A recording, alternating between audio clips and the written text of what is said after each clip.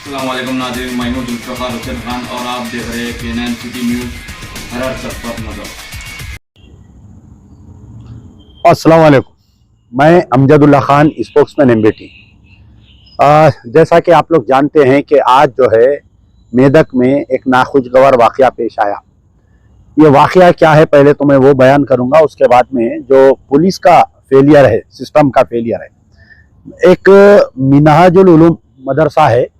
वो मिनहाजुल उलूम मदरसे में अक्सर क्या होता, मदरसों में लोग जो है बाहर जो अफराद है वो लोग कुछ पैसे भेजते हैं कि मदरसे में कुर्बानी दे बोलकर। तो उसी तरीके से जो है मिनाजुल उलूम इंदिरापुरी कॉलोनी मेदक में एक मदरसे में बैल लाकर रखे थे कुर्बानी देने के लिए।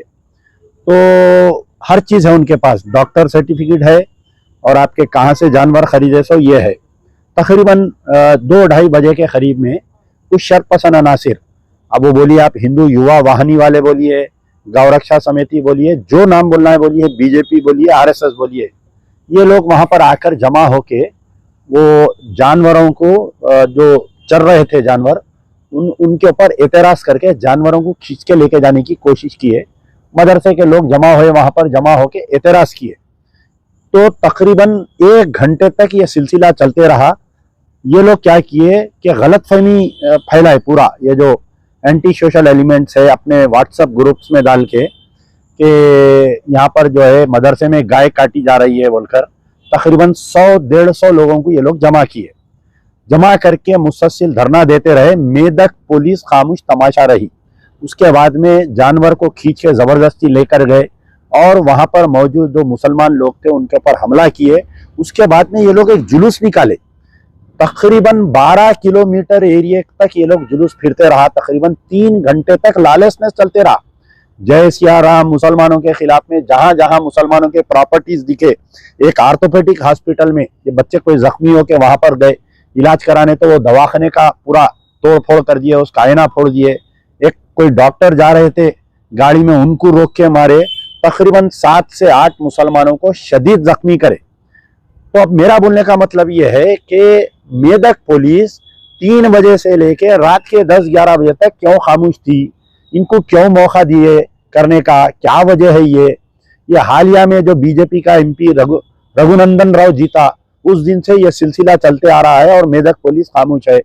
ठीक है, मेदक पुलिस खामोश है। इंटेलिजेंस एक डिपार्टमेंट होता तेलंगाना में, इंटेलिजेंस डिपार्टमेंट के पास ये न्यूज थी कि 8 एमपी जीतने के बाद में तेलंगाना में बीजेपी आरएसएस कहीं ना कहीं गड़बड़ करवाएगी बोलकर। तो हमारे स्टेट के चीफ मिनिस्टर रेवंत रेड्डी साहब क्या कर रहे हैं बताइए आप? ये सॉफ्ट हिंदुत्व की पॉलिसी। हम जो है तेलंगाना के मुसलमान रेवंत रेड्डी को वोट नहीं दिए, रेवंत रेड्डी की कांग्रेस को हम वोट नहीं दिए, हम राहुल गांधी की कांग्रेस को हम वोट दिए। हम जो है प्रियंका गांधी और सोनिया गांधी को देखकर हम वोट दिए। लेकिन जब से बड़े अफसोस की बात है कि जब से रेवंत रेड्डी चीफ मिनिस्टर बने हैं, ये सॉफ्ट हिंदुत्व की पॉलिसी को अपनाए हुए हैं। चाहे वो ईद उल अजहा के जानवर लाने का मसला रही है, चाहे वो कोई और मसला रही है। मैं आपको जो है तेलंगाना के इन चीफ मिनिस्टर बनने के बाद से आज तक सबसे पहले एक वेलपुर विलेज है जो निजामाबाद का विलेज है, वेलपुर विलेज में खबरस्तान में वहां पर एक मंदिर की तामीर की गई। वहां का मेंबर ऑफ पार्लियामेंट 3 दिन तक नंगा नाच किया, निजामाबाद की पुलिस खामोश तमाशा रही। उसके बाद में 22 जनवरी 2024 के दिन मस्जिद सराय मीर नारकटपल्ली, जो नलगुंडे का एरिया आता नारकटपल्ली, वहां पर एक मस्जिद में ये जो राम मंदिर का इनाग्रेशन का जो तारीख था उससे 1 दिन पहले वहां पर नारकटपल्ली में ईशा की नमाज चल रही। ये शरपसंद अनासिर मस्जिद का दरवाजा बंद करके वहां पर एक टेम्पररी मंदिर लाकर 18 घंटे तक मुसल्लियों को बंद करके रखे। लेकिन वहां की पुलिस खामोश रही, रेवंत रेड्डी की सरकार खामोश रही, वहां के नलगुंडे के जो भी इंचार्ज एमएलए मिनिस्टर है वो लोग खामोश रहे। दूसरे दिन जाके मुस्लिम तंजीमा उनसे मिले, लेकिन आज की तारीख तक उनकी कोई गिरफ्तारी नहीं, कोई केस बुक नहीं हुआ। नारकटपल्ली के इश्यू के बाद में आप उसी दिन रात में संगारेड्डी में एक जुलूस निकाले, यानी राम मंदिर की तामीर का जश्न मनाते हुए एक जुलूस निकाले।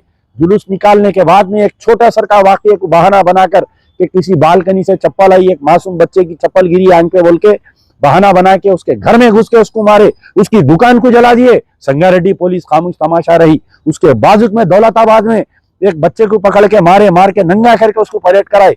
पुलिस खामोश रही। उसके बाद में हालिया में आपको मालूम होना चाहिए, जंगी चरले का वाकया होली के दिन का वाकया है। मस्जिद के सामने एक इलीगल डब्बे के सामने रख के उन्हें राजा सिंह के गाने लगाया। मुसलसल मुसलमान कंप्लेंट करते रहे, लेकिन एक बड़ा वाकया पेश आया जंगी चरले का, पुलिस खामोश तमाशा रही। तो मैं ये पूछना चाह रहा हूं कि क्या रेवंत रेड्डी कांग्रेस के चीफ मिनिस्टर है या बीजेपी आरएसएस के चीफ मिनिस्टर है, इन्हें समझ में नहीं आ रहा। अब यहाँ पर कांग्रेस के जो मुस्लिम कायदीन है, गुंगे और बहरे मुस्लिम कायदीन है, ये कहां पर है शब्बीर अली साहब, क्यों नहीं आप आवाज उठाते। ये 2 महीने से जो जुल्म और सितम का सिलसिला चल रहा, कहीं के तुम एडवाइजर है, कहां पर है फहीम कुरैशी, तुम्हारी जात के लोगों को, तुम्हारे कुरैश बिरादरी को जुल्म हो रहा, तुम कहीं के दोस्त है चीफ मिनिस्टर के, तुम कहीं के कांग्रेस के लीडर है, तुम बताइए कहां पर है दूसरे लीडर जो 9 साल में बीआरएस के ऊपर वीडियोस बनाते थे, पूरे क्या मुंह कुछ साम सुन गया तुम लोगों के।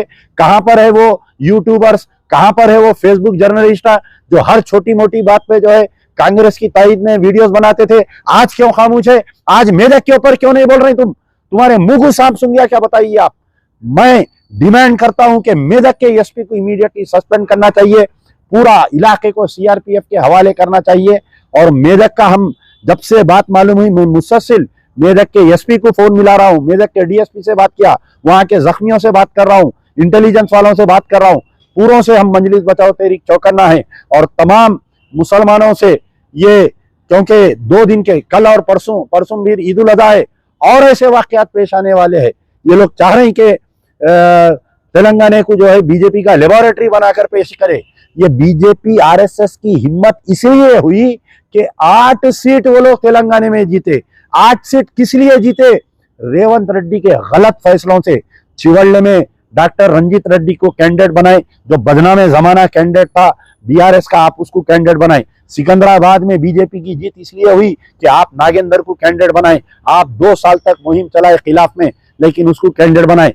मेदक पार्लियामेंट हारने की वजह यह है कि आप जो है सही कैंडिडेट नहीं डाले। करीमनगर हारने की वजह कि कांग्रेस का कैंडिडेट सही नहीं था। निजामाबाद हारने की वजह कांग्रेस का कैंडिडेट सही नहीं था। कहीं ना कहीं ऐसा महसूस हुआ कि प्लेट में रखकर बीजेपी को रेवंत रेड्डी 8 एमपी पेश करे। कल के दिन अगर हो सकता है कि कोई कांग्रेस में बगावत हो इनके खिलाफ में, तो बीजेपी इनका साथ दे। और महाराष्ट्र के शिंदे, तेलंगाना के शिंदे बनने की चक्कर में है। मैं कांग्रेस के सरबराह सोनिया गांधी, खरगरे, राहुल गांधी, प्रियंका से मुतालिबा करता हूं कि हम रेवंत रेड्डी को देख के वोट नहीं दिए। हम इसलिए वोट नहीं दिए कि ये जुल्म और सितम हम सहने के लिए। हम इसलिए वोट नहीं दिए कि मस्जिद सराय मीर के पास मस्जिद की जमीन में पूजा हो। हम इसलिए वोट नहीं दिए कि जंगी चरला में हमारे मुसलमान बच्चों को मारे।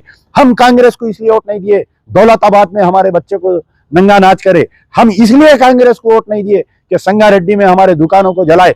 हम इसलिए वोट दिए कि कांग्रेस, राहुल गांधी वाहिद शख्स है जो आरएसएस से लड़ रहा है। आरएसएस के मुकाबले में बीजेपी को हराने के लिए हम तेलंगाना में मुसलमान कांग्रेस को वोट दिए। आप जल्द फैसला करिए, वरना लम्हों ने की खता सदियों ने पाई सजा हो जाएंगी और कांग्रेस का सफाया हो जाएगा। कांग्रेस के चंद सरबराह मुस्कुराते हैं मेरे वीडियोस देखकर, ये कहते हैं कि अब हमें मुसलमानों की जरूरत नहीं है, कि अब कोई इलेक्शन नहीं है तो मुसलमानों की हमको जरूरत नहीं है, कि कोई बल्दिया यानी कोई पार्लियामेंट इलेक्शन नहीं है, कोई असेंबली इलेक्शन नहीं है, हमको मुसलमानों के वोटों की जरूरत नहीं है, हम सॉफ्ट हिंदुत्व हम चलाएंगे। तो याद रखो, आने वाले दिनों में बल्दिया इलेक्शन है, आने वाले दिनों में म्युनिसिपैलिटी इलेक्शन है, आने वाले दिनों में एमपीटीसी जेडपीटीसी इलेक्शन है, और आने वाले दिनों में पड़ोस में महाराष्ट्र में इलेक्शन है। ये तेलंगाना की महाराष्ट्र में कांग्रेस का सफाया होगा। लोग मुझे सवाल करते, कमेंट करते, अरे भाई आप जो है बीआरएस की मुखालिफत करे, कांग्रेस की तायद करे। हाँ, हम में दम था, हम बीआरएस की मुखालिफत करे। 9 मस्जिदों के शहादत के ऊपर कोई आवाज उठाया तो अमजदुल्ला खां आवाज उठाया, इनकाउंटरों के खिलाफ में कोई आवाज उठाया तो अमजदुल्ला खां उठाया, और ना जाने जो जुल्म और सितम का सिलसिला रहा हमने आवाज उठाया, मजलिस बचाओ तहरीक ने आवाज उठाया, मजलिस इत्तेहादुल मुस्लिमीन ने बीआरएस का साथ दिया, मामू मामू करते रहे। जैसा ही कांग्रेस जीती, ये रेवंत रेड्डी उनके गोद में, इन्हों उनके गोद में बैठ गए। लेकिन कांग्रेस के सरबराह को इसका नोट लेना चाहिए, रेवंत रेड्डी को निकाल फेंकना चाहिए, अच्छे से कांग्रेसी को आप नया चीफ मिनिस्टर बनाना चाहिए। वरना मैं फिर कह रहा हूं कि लम्हों ने की खता, सदियों ने पाई सजा। यार जिंदा सोबत बाकी।